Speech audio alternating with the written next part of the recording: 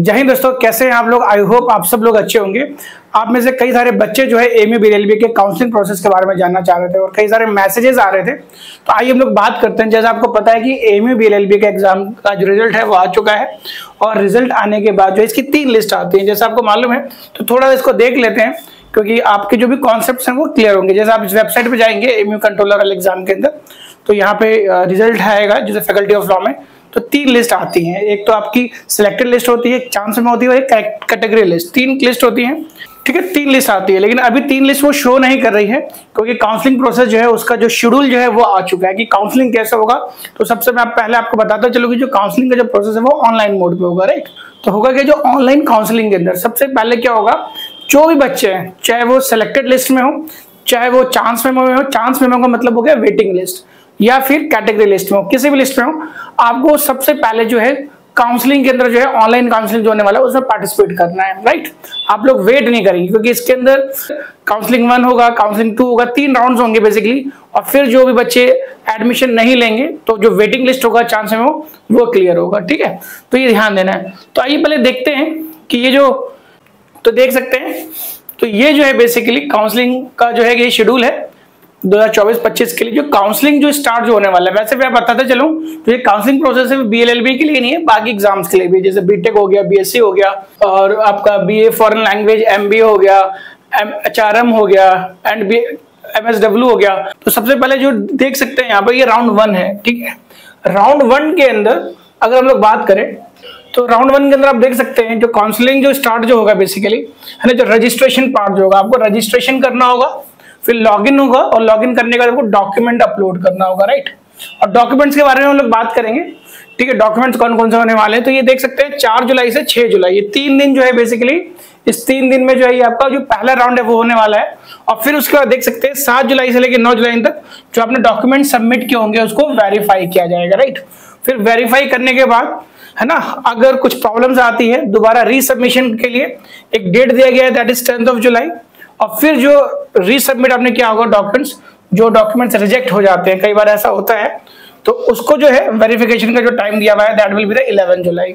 फिर उसके बाद अगर ये सब कुछ ठीक हो जाता है, राइट, क्योंकि होगा क्या, जो भी बच्चे सिलेक्टेड लिस्ट है, क्योंकि आपको मालूम है एमयू की बात करें तो स्पेसिफिकली हम लोग बीएलएलबी की हम लोग बात करें तो जो आपकी लिस्ट आई है, जो पहली लिस्ट है, सेकेंड लिस्ट है, जो लिस्ट आई है सिलेक्टेड कैंडिडेट्स, क्योंकि सारे के सारे बच्चे जो है वो काउंसलिंग में पार्टिसिपेट तो नहीं करेंगे, जो नहीं करेंगे तो कुछ सीट्स रह जाएगी, राइट। तो इसलिए कहा जाता है कि जो सिलेक्टेड कैंडिडेट्स है वो भी राउंड 1 के अंदर पार्टिसिपेट करें और जो चांस मेमो वाले हैं, चांस मेमो का मतलब हो गया वेटिंग लिस्ट वाले, एंड जो आपके कैटेगरी वाले बच्चे हैं वो भी जो है पहले काउंसलिंग के अंदर जो है पार्टिसिपेट जरूर करें, ठीक है।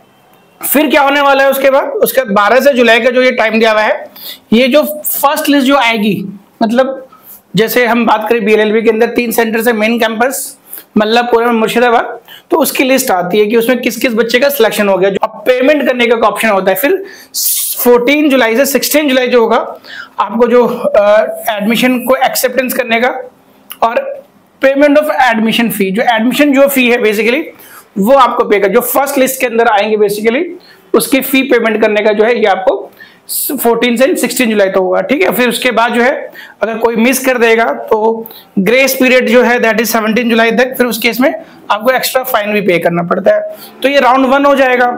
बट ये बात ध्यान देना, जिन्होंने काउंसलिंग राउंड 1 के अंदर पार्टिसिपेट कर लिया उनको दोबारा राउंड 2 में पार्टिसिपेट करने की जरूरत नहीं है। जिन्होंने नहीं किया होगा वो कर सकते हैं, दोबारा वही है। फिर राउंड 2 की बात करें तो प्रोसेस विल रिमेन सेम। फिर 18 जुलाई से लेकर के 19 जुलाई जो है फिर रजिस्ट्रेशन का पार्ट होगा। रजिस्ट्रेशन कैसे होता है वो भी हम लोग बात कर लेते हैं, ठीक है। फिर जो थर्ड राउंड जो होगा बेसिकली देख सकते हैं यहाँ पे, दैट विल बी द 18 जुलाई।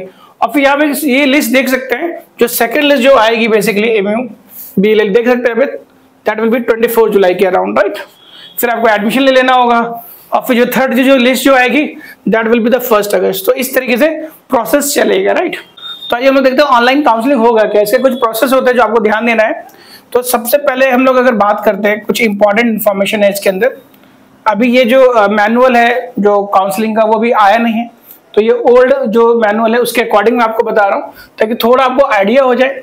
जब ये आएगा रिसेंटली, जब ये आएगा बाद में, तो हम उसके बारे में बाद में बात कर लेंगे। तो सबसे पहले हम अगर बात करते हैं यहाँ पर, आपको सबसे पहले इसमें रजिस्ट्रेशन करना होगा और फिर उसके बाद लॉग इन करना होगा, फिर आपको जो है डॉक्यूमेंट्स अपलोड करने होंगे। क्या क्या डॉक्यूमेंट्स होंगे वो हम लोग डिस्कस करेंगे। फिर choice of fillings and locking wherever required, मतलब जो भी आपको चॉइस होगा, जैसे हम लोग बीएलएलबी की बात करें तो उसके कैंपस होते हैं, जैसे मेन कैंपस हो गया आपका, मल्लापुरम हो गया, मुर्शिदाबाद हो गया, उसमें से जो भी आपका प्रेफरेंस होगा वो करना होता है। उसके बाद जो भी अपलोड डॉक्यूमेंट है उसको आपको सबमिट करना होता है। एंड अगर आप जो है सिलेक्टेड हैं सिलेक्टेड लिस्ट में, तब उस केस में पेमेंट का ऑप्शन जो है वो आ जाता है। फिर आप जो है उस केस में आप एडमिशन ले सकते हैं। आइए देखते हैं इसके अंदर रजिस्ट्रेशन का प्रोसेस क्या होता है। तो कुछ इस टाइप का पोर्टल खुलेगा, यहाँ पे ईमेल पासवर्ड देना होगा, बट ये तो भी साइन इन करने का ऑप्शन आ रहा है। सबसे पहले आपको रजिस्टर करना पड़ेगा, तो रजिस्टर का ऑप्शन यहाँ पर आएगा, कुछ इस टाइप से आएगा। जैसे आप रजिस्टर में जाएंगे रजिस्ट्रेशन करने के लिए, फिर आपका जो है कुछ इस टाइप का रहेगा। यहाँ पर आपको अपना रोल नंबर देना होगा, application number, date of birth and email ID करना होगा, मोबाइल नंबर। इसको वेरीफाई करेंगे, वेरीफाई करने के बाद ओटीपी आएगा, फिर ओटीपी आप डालेंगे, फिर ये वेरीफाई हो जाएगा, ठीक है। फिर उसके बाद आप देख सकते हैं email ID and mobile number, जैसे आपने ये डाला ये वेरीफाइड हो जाएगा। फिर वेरीफाइड करने के बाद क्या होगा, आपको अपना पासवर्ड यहाँ पे टाइप करना होगा, जो भी पासवर्ड आपको रखना होगा, राइट। फिर लिख देना I am not a robot, ये आप करके। और इंपॉर्टेंट बात ये है कि जो आप पासवर्ड यहाँ पे रखेंगे उस पासवर्ड को आपको याद रखना होगा, राइट, ताकि आगे जब भी डिटेल्स आप रखें तो ओपन हो जाए। पोर्टल काफी इंपॉर्टेंट है, क्योंकि आगे जो भी प्रोसेस होगा एडमिशन कार्ड वगैरह डाउनलोड करने का ऑप्शन मिलेगा आपको, राइट। फिर आपको दोबारा यहाँ पे लॉगिन करना पड़ेगा, दोबारा जाएंगे, आपका रजिस्ट्रेशन तो हो चुका है, लॉगिन आपका ईमेल आईडी एंड पासवर्ड जो भी आपने बनाया था वो आप फिल कर लेंगे यहाँ पे, राइट। फिर उसके बाद क्या होने वाला है, तो जैसे आप रजिस्ट्रेशन कर लेंगे, है ना, यहाँ पे मैंने बताया कि किस तरीके से अगर पासवर्ड भूल जाते हैं तो पासवर्ड है ना किस तरीके से आप रिसेट कर सकते हैं, राइट। तो ये एक तरीका है, यहाँ पर आपको करना कुछ नहीं होता। जो फॉरगेट पासवर्ड है उसमें जाकर के आप जाएंगे तो ईमेल प्रोवाइड करना होगा, फिर वहां से एक लिंक क्रिएट होगी, that candidate would be required to enter the ना ओटीपी, जो रीसेट लिंक के थ्रू आएगा, फिर वहां से आप कर सकते हैं। खैर अभी इसकी बात नहीं करते हैं, ये तो अलग सा प्रोसेस हो जाएगा। अब इंपॉर्टेंट बात होगी अपलोडिंग डॉक्यूमेंट। जैसे ही आप लोग लॉगिन कर लेंगे तो यहाँ पे डॉक्यूमेंट्स अपलोड करने का ऑप्शन आएगा, राइट। तो अब जो है यहाँ पर आपको जो सेलेक्ट डॉक्यूमेंट टाइप है यहाँ से सेलेक्ट करेंगे इस ड्रॉप डाउन से, राइट। फिर चूज करेंगे जो भी डॉक्यूमेंट होगा उसका और जो भी सॉफ्ट कॉपी होगा, और फिर यहाँ पे इसको अपलोड कर देंगे। इस तरीके से आप कर सकते हैं, ठीक है। अब यहाँ पे बात की गई है डॉक्यूमेंट की, मैंडेटरी कौन कौन से डॉक्यूमेंट्स इंपॉर्टेंट होते हैं। इसमें सबसे पहले ध्यान देना, कलर्ड स्कैन कॉपी चाहिए होता है बोथ साइड। अब जैसे class 10th and high school का जो सर्टिफिकेट होता है, डेट ऑफ बर्थ, ठीक है, वो चाहिए होता है। फिर उसके बारे में बात करेंगे जो मार्कशीट होती है क्वालिफाइंग एग्जाम्स की, जैसे हम लोग बीएलएलबी की बात करें तो क्लास 12 की बात करेंगे, पीजी की बात करेंगे तो यूजी कोर्सेज की बात कर सकते हैं। क्वालिफाइंग एग्जामिनेशन जो क्वालिफाई है ना, आप देखते हैं एलिजिबिलिटी कंडीशन में मेंशन भी होता है, राइट। फिर यहाँ पे लिखा हुआ है marksheet of all semester parts, खैर ये पीजी के लिए हो जाएगा। और स्पेशल कैटेगरी की बात करें, है ना, कुछ स्पेशल सर्टिफिकेट रिक्वायर्ड होती है अगर, तो वो आप वहां पे अपलोड कर सकते हैं, राइट। फिर यहाँ पर खैर ये पीजी की बात है, पीजी की हम लोग बात नहीं करेंगे, बट यूजी कोर्सेज जो बीएलएलबी जो है यूजी कोर्सेज है, इसके अंदर आपको जो है क्लास 12 के 10th एंड 12 के जो भी मार्कशीट्स वगैरह हैं वो अपलोड करना पड़ेगा, राइट। वो ड्रॉप डाउन में आपको मिल जाएगा, ठीक है। और तो इसमें बताते चले कोई बच्चों का गैप होता है, तो जो गैप सर्टिफिकेट इस वक्त जरूरत नहीं होती, जब आप लोग फिजिकल वेरिफिकेशन की बात करेंगे वहां पर जरूरत पड़ेगा, यहाँ पे ऑप्शन नहीं मिलेगा आपको, राइट। तो डोंट वरी अबाउट इट। बाकी अभी जो है, तो अभी जैसे पोर्टल ये ओपन होगा तब हम बाद में देखेंगे क्या होगा और क्या क्या चाहिए होगा। यहाँ पे देख सकते हैं, है ना, माइग्रेशन सर्टिफिकेट, ये भी अपलोड करना पड़ेगा आपको। और है ना, मार्कशीट्स की तो बात हमने कर ही ली। नो ऑब्जेक्शन सर्टिफिकेट अगर एप्लीकेबल है, ठीक है। और ये जो है ये तो गेट हो गया आपका एमटेक प्रोग्राम के लिए, रिक्वायर्ड नहीं है। और मोस्ट इंपॉर्टेंट बात है फोटो एंड द सिग्नेचर, ठीक है। ये आपको यहाँ पर जो फॉर्मेट जो होगा उसके अंदर आपको रखना पड़ेगा। तो ये डॉक्यूमेंट्स हैं, तो देख सकते हैं अपलोड जो होगा डॉक्यूमेंट किस तरीके से होगा, देख सकते हैं। मेरे को फोटो आप जैसे ड्रॉप डाउन करेंगे ना तो ऑप्शन आ जाएगा यहाँ पे, फोटो का, सिग्नेचर का, हाई स्कूल इक्विवेलेंट का, आपको जो करना है वो ऑप्शन आ जाएगा। बस आप अपलोड करके सिलेक्ट करके अपलोड करके सीधा आपका अपलोड हो जाएगा, राइट। और इसको अगर आपको जो है रीसेट करना हो, चेंज करना हो, उस केस में आप रीसेट कर सकते हैं। अगर अपलोड नहीं करना हो तो, राइट, चेंज करना हो तो रीसेट आप इसको अप्लाई कर सकते हैं, राइट। तो जैसे आपके सारे डॉक्यूमेंट अपलोड हो जाएंगे, यहाँ पे आप नेक्स्ट क्लिक करेंगे, तो नेक्स्ट क्लिक करेंगे तो इस टाइप का डैशबोर्ड आएगा, ठीक है। जैसे आपने बीएलएलबी लिए क्या होगा, यहाँ पे आपका application number, roll number and course code आपको होगा, फिर बीएलएलबी होगा, फिर इसको प्रोसीड करना होगा। फिर प्रोसीड करेंगे तो प्रोसीड करने के बाद क्या आएगा, तो फिर जैसे आप प्रोसीड करेंगे तो ऐसा पॉपअप आ जाएगा।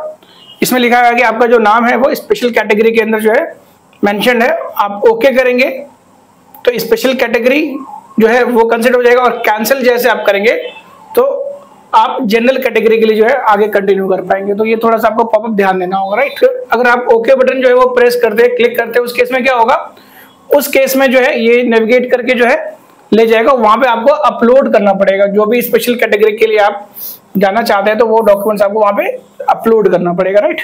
ये ध्यान देना है। नहीं तो अगर स्पेशल कैटेगरी नहीं है तो आप वहां पर कैंसिल कर देंगे तो आगे बढ़ जाएगा, राइट। और उसके बाद जो नेक्स्ट जो पॉइंट जो आएगा, जैसे आप प्रोसीड करेंगे तो ये इंपॉर्टेंट है, यहाँ पे आपको प्रेफरेंस जो है वो ऑप्ट करना होता है, ठीक है। अब जैसे प्रोसीड करने के बाद जो ऑप्शन जो आएगा, जैसे ये कोर्स आप देख सकते हैं, जैसे प्रोसीड करेंगे तो यहाँ पे आपको जो है अपना ऑप्शन लेना पड़ेगा। जैसे हम लोग BLLB की बात करें, MA BLLB, तो 3 कैंपस है, वो ऑप्शन रहेगा, वो आपको यहाँ पर क्या करना होगा, वो यहाँ पे आप सिलेक्ट कर ले, जो भी आपका प्रेफरेंस होगा, प्रेफरेंस 1 2 3 करके। खैर ये इन्होंने MTech का दिखाया हुआ है तो इसलिए आपको यहाँ पे शो हो रहा है, बट BLLB का वैसा आपको आएगा। बट उसके नीचे जो है एक चीज ध्यान देना है, यहाँ पर उसके नीचे जो है इस तरह की चीजें मेंशन होगी, whether you wanted to consider self for upgradation. अगर अपग्रेडेशन के लिए जाना चाहते हो, चाहे आपने किसी दूसरे सेंटर में आपने एडमिशन ले लिया, मल्लापुरम या मुर्शिदाबाद, अगर आप अपग्रेड करना चाहते हैं जो आपका प्रेफरेंस है, प्रेफरेंस के अकॉर्डिंग, तो यहाँ पे आपको यस करना पड़ेगा। अगर यस नहीं करेंगे तो फिर आपका अपग्रेडेशन नहीं किया जाएगा, राइट। तो ये जरूर आप करें, ठीक है, ठीक है। तो ये आपके लिए इंपॉर्टेंट है, ये ध्यान दें, इस तरीके से आप करेंगे,